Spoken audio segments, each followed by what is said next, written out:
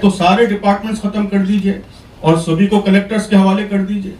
ہم جانتے ہیں کہ کرپشن ہر جگہ ہے, تو ریلوے آفیسرز ختم کر دیجئے, کلیکٹر کے حوالے کر دیجئے. انوائرمنٹ آفیسرز ختم کر دیجئے, کلیکٹر کے حوالے کر دیجئے. جتنے آفیسرز ہیں جن کو رائٹس دیے گئے ہیں وہ سب ختم کر کے کلیکٹر کے حوالے کیجئے. تو اوور سینٹرلائزیشن سے کبھی بھی کرپشن ختم نہیں ہوتا. یہ بہت زیادہ بیوقوف بنانے کی بات ہے. کرپشن ڈی سینٹرلائزیشن سے ختم ہوتا ہے. جب آپ ایکسکلوسیو آفیسرز رکھیں گے جن کے ذریعے مانیٹرنگ ہوگی تو اس سے کرپشن ختم ہوگا. اس گورنمنٹ نے بالکل الٹا کام کیا ہے کہ بجائے اور ڈی سینٹرلائز کرنے کے اور پاورفل وقف آفیسرز لانے کے, انہوں نے وقف آفیسر کو ختم کر کے کلیکٹر کے پاس پاورز شفٹ کیے. سزائیں کم کرنے سے کیا کرپشن ختم ہوتا ہے؟ کہ پہلے آکیوپائی کرنے والوں کو اور قبضہ کرنے والوں کو جو سزائیں دی جاتی تھیں اب سزائیں کم کی گئی, تو سزا بڑھانے سے کرپشن ختم ہوگا یا سزا کم کرنے سے کرپشن ختم ہوگا؟ تو بات جو کہی جا رہی ہے ایکٹ اس کے بالکل الٹا ہے, بالکل ریورس ہے. مقصد کہا جا رہا ہے کہ ایڈمنسٹریشن بہتر بنانا ہے, لیکن اس کے جتنے کنٹینٹس ہیں وہ سارے کے سارے ایڈمنسٹریشن کو خراب کرنے والے ہیں, اور ایڈمنسٹریشن کو امپروو کرنے والا ایک سنگل پوائنٹ بھی اس کے اندر نہیں. تو یہ بہت افسوس کی بات ہے کہ گورنمنٹ بھی اسی طرح غلط بات پھیلانے کی کوشش کر رہی ہے, اور ہمارے میڈیا میں بھی اسی طرح کا ڈیبیٹ چل رہا ہے. تو میں آپ لوگوں سے بھی یہ گزارش کروں گا کہ سنسیئر کوسچنز گورنمنٹ کے سامنے رکھیے اور صحیح بات لوگوں کے سامنے لانے کی کوشش کیجیے. دوسرا جو اہم ایشو ہے آج ہمارے سامنے وہ فلسطین کی تازہ صورتحال ہے.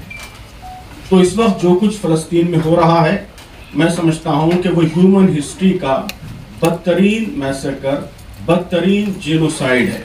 وہ ساری انسانیت کو شرم سے پانی پانی کرنے والی چیز ہے. یہ کوئی وار نہیں ہے, یہ کوئی ڈیفنس نہیں ہے, بلکہ سویلینز پر ٹارگیٹ کر کے حملے کیے جا رہے ہیں, ہاسپٹلز پر حملے کیے جا رہے ہیں, ایمبولینسز کو ٹارگیٹ کیا جا رہا ہے, اسکولوں کو ٹارگیٹ کیا جا رہا ہے, پورے سٹی کو, غزہ کو برباد کر دیا گیا ہے. اور اب رفح کو برباد کرنے کے لیے آپ دیکھ رہے ہیں کہ کئی دنوں سے کام چل رہا ہے, بمباری ہو رہی ہے سویلین ایریاز پر. تو ہم سمجھتے ہیں کہ یہ ہماری تاریخ کا, ہمارے اتہاس کا, ہمارے ہسٹری کا ڈارکسٹ چیپٹر ہے جو اس وقت چل رہا ہے, اور اس پر خاموش رہنا, اس پر سائلنس, یہ بھی کرائم ہے, یہ بھی جرم ہے. تو اس لیے اس بربریت کے خلاف, اس ایٹروسٹی کے خلاف, اس جینوسائیڈ کے خلاف ملک کے تمام عوام کو آواز بلند کرنی چاہیے, دنیا کے سارے عوام کو آواز بلند کرنی چاہیے. ہماری حکومت کی جانب سے کنسرن آیا ہے کچھ دنوں پہلے, اس کو ہم ویلکم کرتے ہیں. ہماری حکومت یہ بھی کہہ رہی ہے کہ وہاں ریلیف ہندوستان بھیج رہا ہے, اس پر بھی ہم خوشی کا اظہار کرتے ہیں.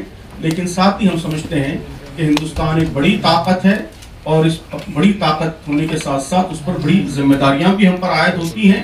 ہم کو اور زیادہ طاقت کے ساتھ آواز بلند کرنی چاہیے اور مجبور کرنا چاہیے بڑی طاقتوں کو کہ وہ اپنے امپیریلسٹ ڈیزائنز کے لیے, اپنے امپیریلسٹ آبجیکٹیوز کے لیے عام انسان, چھوٹے بچے, معصوم لوگ, ڈاکٹرز, ریلیف ورکرز, ان کی جانیں لینے کا جو خطرناک سلسلہ شروع ہوا ہے اس سلسلے کو فوری روکیں, اسرائیل کو اکاؤنٹیبل بنائیں, جو لوگ ان کرائم سے مبتلا ہیں ان پر باقاعدہ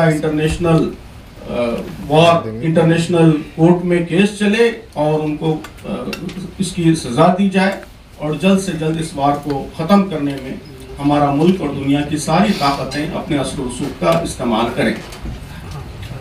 تو بس یہی دو باتیں تھیں. اب اس پر اگر کوئی سوال آپ کی جانب سے ہے تو اس کا استقبال ہے. جماعت بھی آل انڈیا مسلم پرسنل لا بورڈ کے ساتھ ہے. یہ جو ایشو ہے یہ آل انڈیا مسلم پرسنل لا بورڈ کا ایشو ہے, اور اس ایشو میں آل انڈیا مسلم پرسنل لا بورڈ کے ساتھ ساری مسلم آرگنائزیشنز مل کر یہ اسٹرگل کر رہی ہیں. تو جو کچھ آل انڈیا مسلم پرسنل لا بورڈ نے طے کیا ہے, کئی چیزیں طے کی ہیں, ایجیٹیشن طے کیا ہے, اور کورٹ میں اپیل, سپریم کورٹ میں اس کے خلاف اپیل کرنے کی بات طے کی ہے, اور ایم پیز کو اور جو اوپینین میکرز ہیں ان کو موبلائز کرنے کی بات طے کی ہے.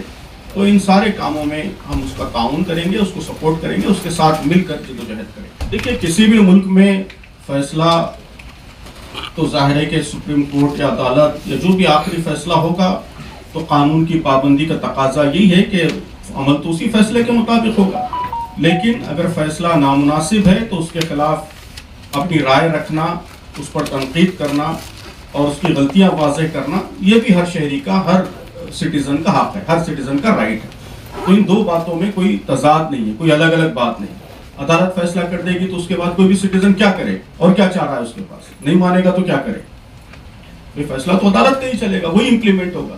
لیکن اگر عدالت غلط فیصلہ کرتی ہے، پارلیمنٹ غلط فیصلہ کرتی ہے، کوئی بھی غلط فیصلہ کرتا ہے تو اس فیصلے کو غلط کہنا یہ بھی سٹیزن کا رائٹ ہے۔ ڈائیلاگ سے تو کبھی بھی انکار نہیں کیا گیا ہے، ڈائیلاگ تو ہونا چاہیے، بہت ضروری ہے، بلکہ بار بار ہم یہی بات کہہ رہے ہیں کہ گورنمنٹ بات کرے، ڈائیلاگ کرے، گفتگو کرے۔ کرن رجیجو جی بات کریں، کیوں نہیں بات کرتے؟ وہ مسلم آرگنائزیشنز کو بلائیں اور بات کریں۔ ہم نے تو بار بار یہی مطالبہ کیا ہے۔ بہار میں جب ہم دھرنے پہ بیٹھے تو ہم بار بار یہی مطالبہ کر رہے تھے کہ ہم جے ڈی یو کے لوگ، نتیش کمار جی آ کے بات کریں۔ تو ڈائیلاگ سے بھی کبھی بھی انکار نہیں کیا گیا ہے، ڈائیلاگ بھی ہوگا، بات چیت کی بھی کوشش کی جائے گی۔ جب گورنمنٹ نے جے پی سی بنائی تو اس کے پاس ساری مسلم تنظیمیں گئیں، جا کر انہوں نے اپنا میمورنڈم دیا، تفصیل سے بات کی، ظاہر ہے کہ ڈائیلاگ ہی کا پروسیس تھا۔ تو ڈائیلاگ کی جب بھی گورنمنٹ نے ونڈو کھولی ہے اس کو بھرپور طریقے سے استعمال کیا گیا ہے۔ لیکن اگر گورنمنٹ ہی بند کر کے بیٹھے گی تو ظاہر ہے کہ سٹیزن، ہم عام لوگوں کے پاس کیا طریقہ ہے ڈائیلاگ کو آگے بڑھانے؟ اب جیسے ہی منظور ہو گیا بل، ہم نے پریزیڈنٹ آف انڈیا سے اپیل کی کہ ہم بات کرنا چاہتے ہیں، آپ کو میمورنڈم دینا چاہتے ہیں، بات کرنا چاہتے ہیں، اور اب دستخط کرنے سے پہلے آپ ہماری بات سنیے۔ ظاہر یہی ڈائیلاگ ہے۔ اب اگر وہ وقت ہی نہیں دیں گے اور بات کرنے کے لیے تیار ہی نہیں ہوں گے تو کیسے ڈائیلاگ ہوگا؟ تو جب بھی گورنمنٹ نے ڈائیلاگ کی اپارچونٹی دی ہے، ونڈو کھولی ہے، اس کا بھرپور استعمال کیا گیا ہے۔ لیکن اگر گورنمنٹ خود سٹیزن سے ڈائیلاگ کے دروازے بند کر کے بیٹھے تو ظاہر ہے کہ عام لوگوں کے پاس اس ڈائیلاگ کو آگے بڑھانے کا کوئی طریقہ باقی نہیں رہتا ہے۔ بار بار یہی بات کہی جا رہی ہے بورڈ کی طرف سے کہ پروٹیسٹ ہوگا اور پرامن پیسفل پروٹیسٹ ہوگا، قانونی طریقے سے، پیسفل طریقے سے پروٹیسٹ ہوگا۔ ملک میں انارکی پھیلانا اور سسٹم کو کولیپس کرنا، ظاہر ہے کہ یہ کبھی بھی ہمارا طریقہ نہیں رہا ہے۔ ہم نہ اپنے لیے اسے پسند کرتے ہیں نہ دوسروں کے لیے پسند کرتے ہیں۔ تو اگر سڑکوں پر اترنے کا مطلب یہ لیا جا رہا ہے کہ اس کے ذریعے لوگوں کو تکلیف پہنچائی جائے اور انارکی پھیلائی جائے تو ظاہر ہے کہ اس کو کوئی بھی پسند نہیں کرتا۔ بورڈ نے بھی کبھی بھی اس کی اپیل نہیں کی ہے۔ جب بھی اس نے پروٹیسٹ کی بات کہی ہے، یہی کہا ہے کہ یہ پیسفل طریقے سے اور قانون کے دائرے میں رہتے ہوئے یہ پروٹیسٹ ہونا چاہیے۔ ظاہر ہے کہ یہ بھی ایک طریقہ ہے حکومت تک اپنی بات پہنچانے کا، عوام تک اپنی بات پہنچانے کا، تو اس طریقے کو بھی ایکسپلور کیا جائے گا اور عدالت تک بھی پہنچا جائے گا، اور عدالت کو بھی اپنی بات پہنچانے کی، ان کو کنوینس کرنے کی کوشش کی جائے گی۔ سنجے نیروپم ایک نیتا ہیں، ان کا یہ کہنا ہے کہ اگر آپ شاہین باغ بنائیں گے پروٹیسٹ کے جیسا تو ہم جلیانوالہ باغ بنا دیں گے، کیا کہیں گے آپ؟ اس پر کچھ کہنے کی ضرورت ہے؟ جی، اس پہ کچھ کہنے کی ضرورت ہے؟ میرے خیال میں سوال بھی نہیں پیدا ہوتا ہے، اس پہ سوال کرنا بھی مناسب نہیں ہے، کچھ کہنا بھی مناسب نہیں۔ بہرحال ابھی جو چیزیں آ گئی ہیں پبلک میں، انہوں نے جو کچھ چیزیں طے کی ہیں اور ڈکلیئر کی ہیں، اس کے مطابق یہ احتجاج آگے بڑھے گا۔ بعد کی چیزیں بعد کے مرحلوں میں طے۔ بہرحال اس طرح کی عوام، ووٹرز ہمارے میچورڈ ہیں، وہ خود باشعور ہیں، وہ سمجھتے ہیں کہ کس کے ساتھ کیا معاملہ کرنا ہے۔ تو یقیناً ان دو پارٹیوں سے بڑی مایوسی ہوئی ہے۔ یہ لوگ سیکولرزم کے اپنے آپ کو علمبردار کہتے ہیں، حقوق کے اقلیت، یہ بات بھی کہتے رہے ہیں کہ ہم یہاں انڈیا کی گورنمنٹ میں مائنورٹیز کے رائٹس کے لیے، سیکولر ویلیوز کے لیے کام کر رہے ہیں، لیکن ایسے ایکٹ پر جو کھلے عام ڈسکرمنیشن پر مبنی ہے اور جس میں صریح حق تلفی کی گئی ہے، مسلمانوں کے رائٹس کا وائلیشن کیا گیا ہے، تو ایسے ایکٹ کو سپورٹ کرنا، مکمل طور پر سپورٹ کرنا، یہ بہت ہی افسوسناک ہے، بہت ہی مایوس کن ہے۔ اس سے ان کے اوپر جو مکوٹا چڑھا ہوا تھا وہ اتر گیا ہے سیکولرزم کا، تو اس کو تو سختی سے ہم کنڈیم کرتے ہیں۔ باقی ان کے ساتھ کیا تعلق اختیار کرنا چاہیے وہ میں سمجھتا ہوں کہ وہ ووٹرز خود طے کریں گے، خود ڈیسائیڈ کریں گے۔ تو آپ ان سے پوچھئے نا کہ اس میں نے بھی وہی بات کہی ہے کہ وقف ایکٹ میں ایسی کون سی چیز ہے ایک سنگل آرٹیکل، ایک سنگل سینٹنس اس میں جس سے وقف کے غلط استعمال یا وقف کے کرپشن کو روکنے میں مدد ملتی ہے، وہ بتانے کے لیے ان سے کہیے. بہرحال جو بھی ہوگا وہ شانتی پورنی ہوگا.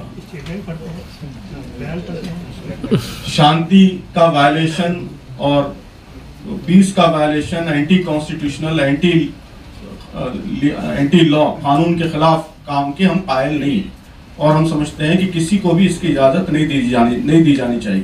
دوسرے لوگ اگر غلط کام کر رہے ہیں، غیر قانونی کام کر رہے ہیں، تو اس صورت میں ہمارے لیے جائز نہیں ہوتا. دوسرے لوگ سے مراد یہی جو بھگوا جھنڈا لہرانا فلاں جو آپ کہہ رہے ہیں، تو وہ ہمارے لیے غیر قانونی کام کا کوئی اسے پرمیشن، اجازت نہیں ملتی ہے. ان کے کام کو بھی ہم غلط سمجھتے ہیں، اور ایسے غلط کام ہم بھی کبھی کرنے کے لیے نہ خود کو تیار پاتے ہیں، نہ لوگوں سے اس کی اپیل کرتے ہیں. لیکن پرامن طریقے سے احتجاج کرنا، اپنی بات حکومت تک پہنچانا، اپنے غم و غصے کا اظہار کرنا، یہ ہمارا حق ہے، ہر شہری کا حق ہے، اور دستور، کانسٹیٹیوشن اس کی اجازت دیتا ہے. اور جو لوگ اس حق کو سلب کرتے ہیں ان کا وہ کام بھی غیر قانونی. جس طرح قانون کو ہاتھ میں لینا ایک سٹیزن کے لیے جائز نہیں ہے، اسی طرح کسی چیف منسٹر کے لیے بھی جائز نہیں ہے، کسی ہوم منسٹر کے لیے بھی جائز نہیں. تو اگر لوگوں کے پیسفل پروٹیسٹ کو کوئی روکتا ہے تو اس کا یہ روکنا بھی انکانسٹیٹیوشنل ہے، اللیگل ہے، اس لیے وہ بھی کنڈیمیبل. بہرحال ڈیموکریسی میں آپ سب لوگ جانتے ہیں کہ پارٹیاں وہ لوگوں کے نمبرز کا نام نہیں ہے، بلکہ پالیسیز کا نام ہے. کون سی پارٹی کی کیا پالیسیز ہیں اور اس کی کیا ویژن ہے، کیا پالیسیز ہیں، اسی سے پولیٹیکل ڈینومینیشنز بنتے ہیں. تو جس پارٹی کی پالیسیز کی ہم مخالفت کر رہے ہیں شدید، اس کو غلط سمجھتے ہیں، ملک کے لیے نقصان دہ سمجھتے ہیں، تو اس میں جا کر کیا کریں گے؟ ہم تو اپنی پالیسیز جو ہیں، جو ملک کے لیے بہتر ہیں، وہ لوگوں کے سامنے پیش کریں گے اور اس کے حق میں اوپینین بنانے کی کوشش کریں گے. وہ تفصیلات تو آئیں گے آپ کے سامنے. پرسنل لا بورڈ نے پریس ریلیز ایشو کی ہے، اس میں چیزیں آئی بھی ہیں. اسی کے مطابق میں نے عرض کیا کہ ایکسکلوزیو کوئی بھی جماعت، کوئی بھی تنظیم الگ سے کوئی کام نہیں کر رہی ہے، بلکہ پرسنل لا بورڈ کے ساتھ مل کر اس پوری مہم کو، ایجیٹیشن کو چلا رہی ہے. تو ہم ان کے ساتھ تعاون کریں گے. انہوں نے جس طریقے سے پلان کیا ہے وہ آپ دیکھ لیجئے، اس میں ہمارا